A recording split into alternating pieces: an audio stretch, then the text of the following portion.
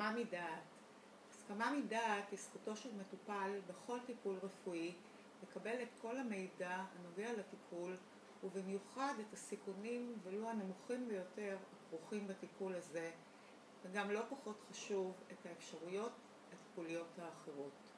רק לאחר שהרופא מוסר למטופל את כל המידע ומוודא שהמטופל הבין את הדברים, ההסכמה שלו לטיפול שהוצע תחשב הסכמה מדעת. אם למשל לא הוסבר לחולה שקיימות אפשרויות נוספות לטפל בבעיה שלו, הרי שלא הייתה הסכמה מדעת לטיפול.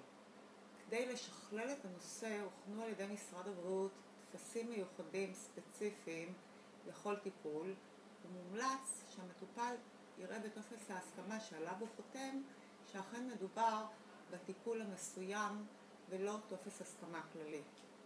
חשוב מאוד שההסכמה תינתן לא על שולחן הניתוח או בסמוך ממש לפני הטיפול, אלא לפחות יום קודם, כאשר המטופל בדעה צלולה מתוך הבנה למה שעומד לקרות.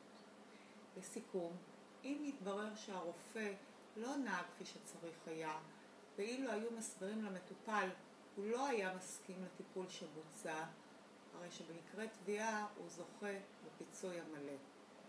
לדוגמה, בתביעה שהגשתי עקב ניתוח שבו קרטו רחם של אישה בת 44 בגלל שרירן גדול בדופן הרחם, אני טוענת שלא הוסבר לאישה שאפשר לטפל בשרירן עצמו לפני אפשרות כריתת הרחם במלואו. אף שהאישה חתמה על טופס הסכמה כללי, לא היה לכך משום הסכמה מדעת, בגלל שבפועל לא הוסברו אפשרויות הטיפול החלופיות.